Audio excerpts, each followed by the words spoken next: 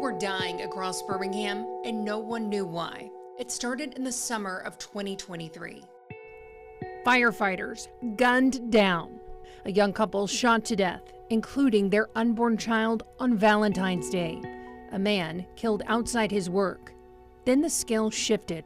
Summer 2024, a birthday party at a Birmingham nightclub turned into a mass shooting. 4 killed, 10 wounded. 2 months later, 21 people shot, waiting in line outside a nightclub in a popular downtown Birmingham area. 4 dead. Police recovered nearly 100 shell casings. 2024, one of the deadliest years on record in Birmingham, Alabama. Still, no one had the full picture. It wasn't random violence. Police slowly began to unravel one of the most prolific criminal cases in recent history in the city of Birmingham. Then the Department of Justice dropped a significant indictment, tying it all together. Organized crime, drugs, guns, cash, luxury goods. How big is the case? The state case, 127 charges, 10 defendants. In federal court, 59 charges, 14 defendants. Court records point to one name that ties it all together: Damian McDaniel, 22 years old at the time of his arrest. Police say he was responsible for 30% of the homicides in Birmingham between July and September 2024. But he does not stand alone.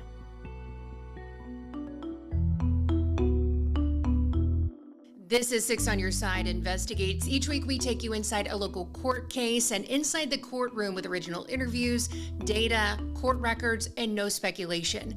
I'm your host, Jen Horton, an investigative reporter with 20 years on the job covering violent crime and federal and state courts. Let's get into it.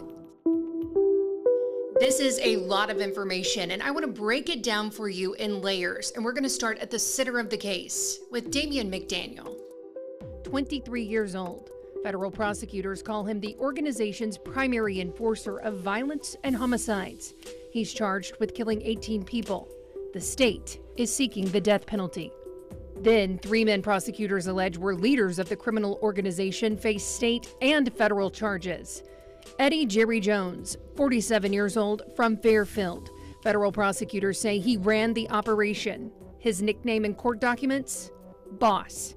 He's indicted on capital murder charges and federal drug and weapons charges. Larry Rollins Jr., a leader alongside Jones, according to federal records. He faces capital murder charges, including the death of Jamarcus McIntyre, and federal drug trafficking counts. Federal documents refer to the organized crime group as Rollins DTO, Drug Trafficking Organization. Zachary Holmes, indicted for the murder of Jamarcus McIntyre, which happened the day after the Hush Lounge mass shooting. He's also indicted on federal drug trafficking counts. Marcus Dwayne Johnson, indicted by federal prosecutors alongside Jones and Rollins as a leader of the alleged drug trafficking organization. These 4 men are the thread connecting the state case to the federal case. Then 2 men prosecutors describe as key members of this organization. Juan Miguel Nation, described in court documents as the right-hand man for the organization's leaders. Prosecutors say phone records show he and McDaniel were in regular communication about firearms and ammunition, including text about specific calibers in the weeks before the Hush Lounge mass shooting. Days after that shooting, McDaniel allegedly texts Nation to move the guns. LaNicholas Rollins, Larry Rollins' brother. Prosecutors describe him as a key figure in the conspiracy who worked with the leaders of the organization to distribute narcotics. Records even noted a wiretap where he was allegedly planning to smuggle drugs into a state prison where McDaniel was housed. He pleaded guilty. Also charged in state court alongside McDaniel, Hatarius Woods, charged in the Trendsetters Lounge mass shooting and the murder of Charlie Moore. Naquan Lawler and Krishan Bruce, both charged in the Hush Lounge mass shooting and the murder of Jamarcus McIntyre. DeMarco Beck, McIntyre's own cousin, charged with capital murder in his death. Prosecutors allege he was providing McDaniel with photos and real-time location updates on the victim. Charles Nance, charged in the murder of Charlie Moore and the alleged murder for hire of Anthony Love. Lorenzo Wiley, the most recently charged state defendant, charged in connection with the murder of Reginald Bryant in 2023. In the federal case, 7 additional men charged as part of the alleged drug trafficking conspiracy.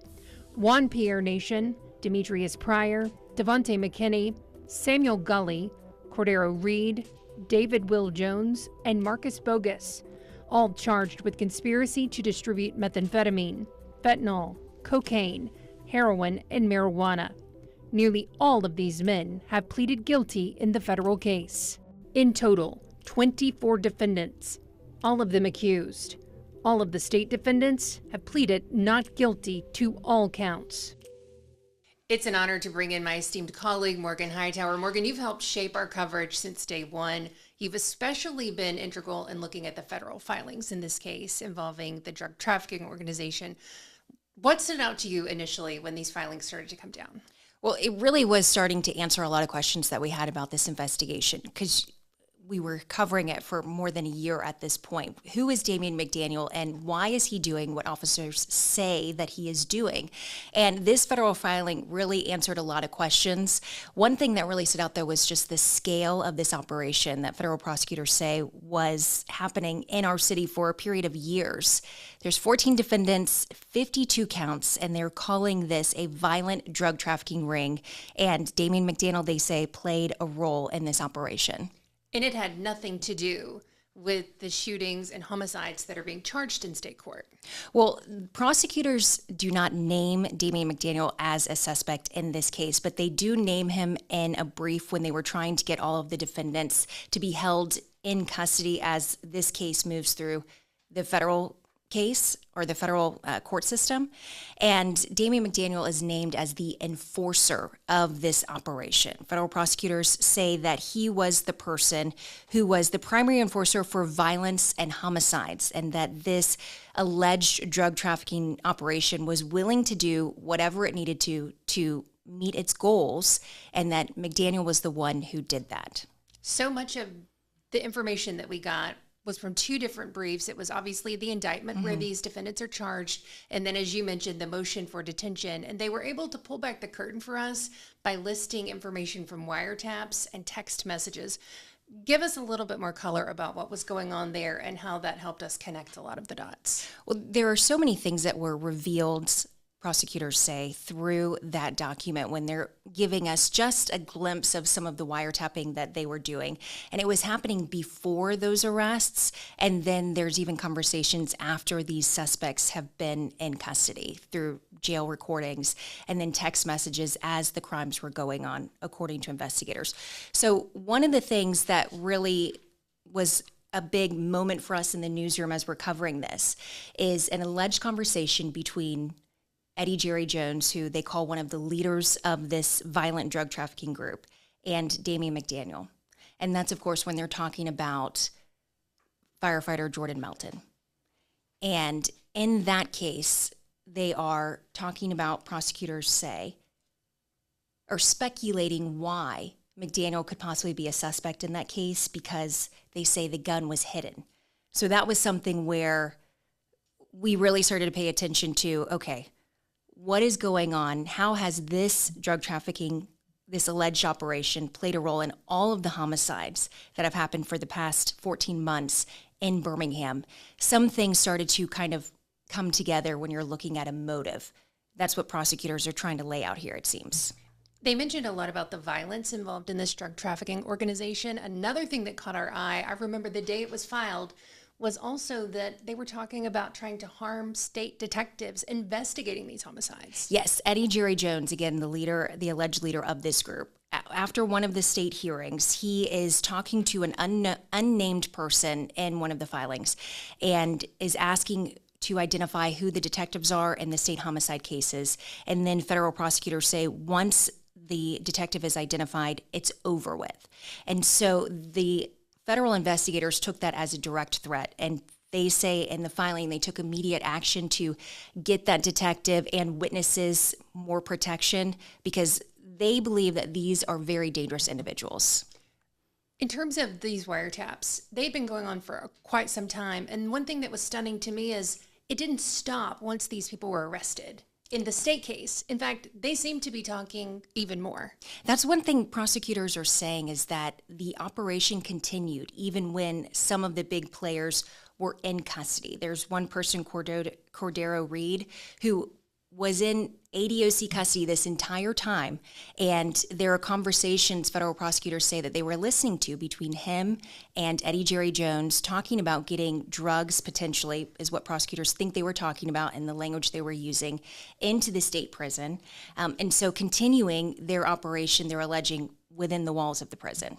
And we're talking about a lot of drugs, Yes. a lot of different kinds, this street drugs specifically. Yes, and they're talking about, they were all charged, all 14 defendants were charged with the possession and intent to distribute marijuana, fentanyl, methamphetamine, cocaine. And if any of those individuals were convicted of just that charge, it carries a life sentence. So this is really serious accusations. And that's before the other things prosecutors say was happening, the violence and everything else. When we talk about this drug trafficking organization, we obviously know it's violent, or it's allegedly violent according to these records. When we pull back even larger, we know the drugs were coming from Atlanta. They were selling the drugs on the streets of Birmingham, and then they were laundering them through luxury goods. When federal prosecutors raided that house in Greystone, remember all the things that they said that they found, and they were finding tens of thousands of dollars in cash when they were arresting individual suspects, they say, and they were finding the luxury items. I can't remember how many pairs of shoes it was. It was dozens of pairs of shoes, and we're talking about Louis Vuitton, Gucci, these very expensive brands, and investigators were listing all of it. I think the total price for all of the goods found was $60,000 or higher than that. But that was something that we set out, and it was pretty interesting to see what these suspects were accused of spending all of that money on. And when we go back, we'll go back down more to a street level. In 2024, at the end of 2024, that was a very violent year for the city of Birmingham. It was a record-setting year. Unfortunately, you did a lot of the legwork at the end of the year to show how much crime had increased. You can't argue when you look at 2025 and show the precipitous drop in crime. The numbers don't lie. It's hard to connect everything together, but officers have said pulling these people off the streets has made a difference in our crime. Oh, and they cited several times that arresting Damian McDaniel specifically was key to really turning the tide in terms of the just random crime that appeared to be random that was happening, because there were the murders that they say Damian McDaniel was committing, and then untold numbers of retaliation back. So it really, at least when Birmingham police were describing it, they said there are many layers to this and the way that it was fanning out across the community. So getting him, they say, was critical. But of course, it's not the only thing to the reduction in crime, because there's been a leadership change in Birmingham police. They now are fully staffed, they say.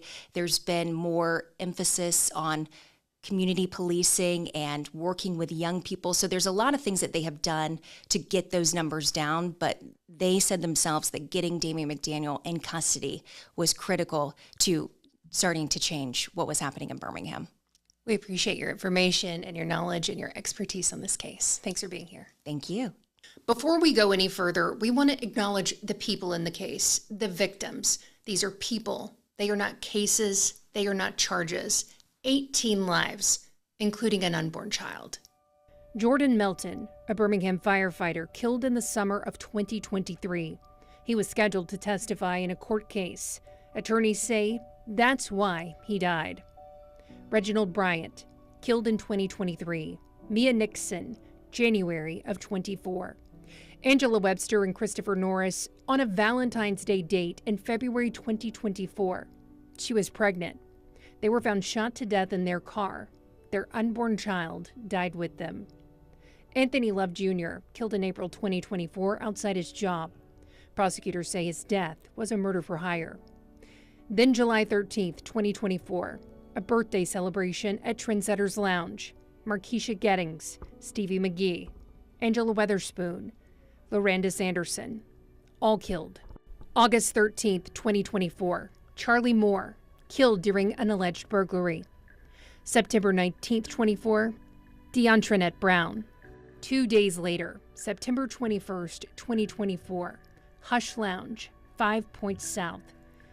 Anitra Holloman, Roderick Patterson, Taj Booker, Carlos McCain.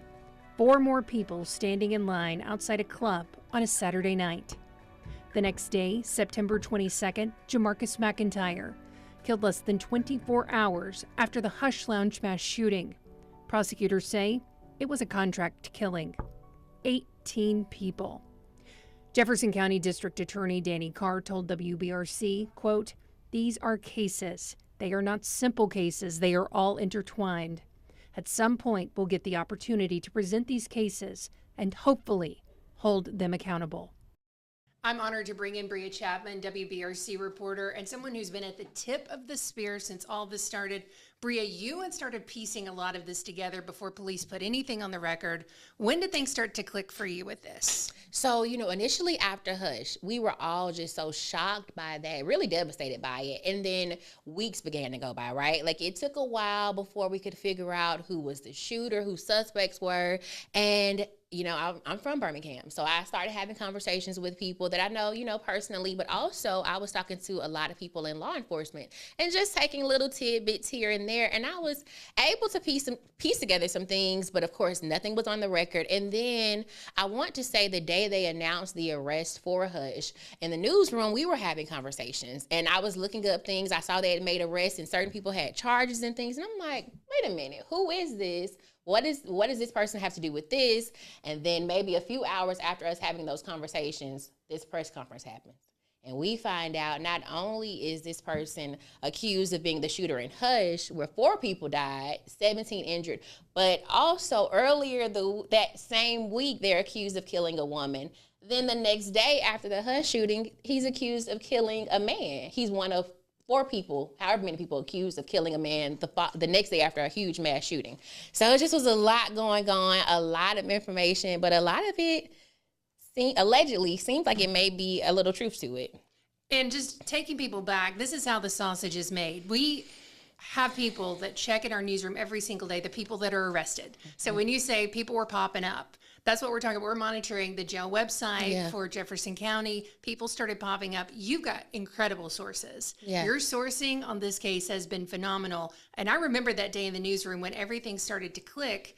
And one case you and I had talked about for what felt like months was the case involving the firefighters. Yes. And that was a story that you felt strongly needed to be told, but we couldn't get all the players together to do the story. And then out of nowhere, it became connected to this. Why was that on this radar for this organized crime group? Why were these firefighters part of this bigger story? Yeah, okay. So, the firefighter, this happened, maybe a year and some months before the Hush incident. Right. This is July 2023. And the victim, two victims, we have Jamal Jones, he's the survivor, and then Jordan Milton, he was the one that was killed. Now, Jordan, his best friend, was killed 2 years prior to him being killed in 2021. He was killed outside of a bar in the South Side, outside 3000 bar. And his suspected, the shooter in that case, who ended up being acquitted, it was Larry Rollins. So, fast forward a year and some change later, now this name comes back up, and this time he's linked to Damian McDaniel in the Jamarcus McIntyre murder. So now, your wheels begin to turn like, wait a minute. This person is accused in a mass shooting. He's accused of killing someone the day after that mass shooting, and then days before that mass shooting. It makes you go, could he be linked to the firefighters being shot? Because, we have no arrest in this case. They don't have any suspect descriptions. We have no clue who shot these firefighters in broad daylight, in Norwood. So after that, Rollins, he goes to trial earlier that year in April in the situation with Jordan's friend, Eric Sledge. He's acquitted. So again, no one's charged. But our witness, the only witness that we know of in that case is Jordan Milton. And he's gone. So it makes you wonder, wait a minute, are these linked? Could these be linked? And we've never been able to link them together, but until we start hearing these names at this point. Then fast forward, once Damian McDaniel is charged in Hush and the other 2 shootings, months later, we find out that he is allegedly linked to this shooting with Jordan Milton. That's a big puzzle. And then we all said, oh, that's why they didn't want to do any interviews. Yes. Yeah. Because we wanted to bring awareness. There was nothing on the record about the shooting. And we were really mystified for months. Why have they not made an arrest? Yeah. Why are they not having press conferences? Yeah. Why aren't people talking about this? It was very unusual in the course of things, especially when you have a public servant that's killed. Exactly. Someone who had really just started working with the fire department, right? And we're like, why would they kill this guy and then shoot and injure, another firefighter? And then another thing I thought was interesting in that situation, my family's originally from Norwood. I didn't even have a clue that fire station was there. I've been in that community my whole life. It's really ducked off, right? It's off a main road, but it's really ducked off into that community. So you knew there was an intent. It was very intentional that they went to that fire station and they had to be looking for somebody, because why? It's on a dead end road, not a lot of traffic. If you know that fire department's there because you're looking for it, and you're looking for it for a specific reason. So, and it seems like after those first couple of big announcements from police, we thought, okay. Yeah, that's it, right? That was enough. That's enough. Yeah. But then it just continued to trickle on and trickle on. In one case, I remember specifically that you had called early on. You said, I wonder if this young couple that was killed on Valentine's Day might also be involved. And sure enough, months later, that announcement popped too. Yeah. And we've talked to their family a lot. Yeah, I met their family, recently. And then, initially when it happened, we talked to the cousin, different things like that. Went out on a date, Valentine's Day. She's pregnant. They went out on a date and never came back home. For days, they're missing. And I don't know, that was the day. I think at that point, that was one of the deadliest days that we've seen in Birmingham. So they found them days later. I can't remember when Valentine's Day was, but they found them Friday. They found them in the car in the back of the house. And then we also had another 4 people killed, not linked to McDaniel. But it was a pretty violent day, a pretty sad day. And you're just wondering why. What happened? Why did they go missing? Why are they now dead in the backseat of this car? And we had no clue, again, for months.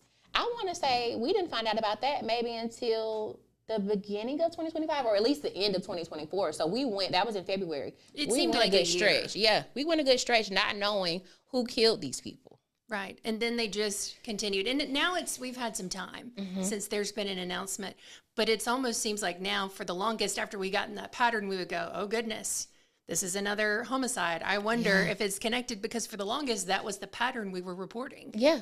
Yeah, and it was just popping up randomly, and it was no rhyme or reason, right? Like, you have the couple, you have the UPS driver. It would just be the point to like, wait a minute, why?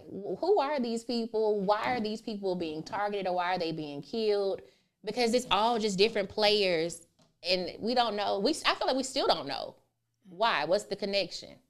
This is a prolific case. It's had a massive impact on local policing, but now it's having a massive impact on our criminal justice system. I want you to take us in the courtroom for just a garden variety hearing day. And I say day, they typically last multiple days. Yes. Because they go through all the defendants, because we have so many defendants.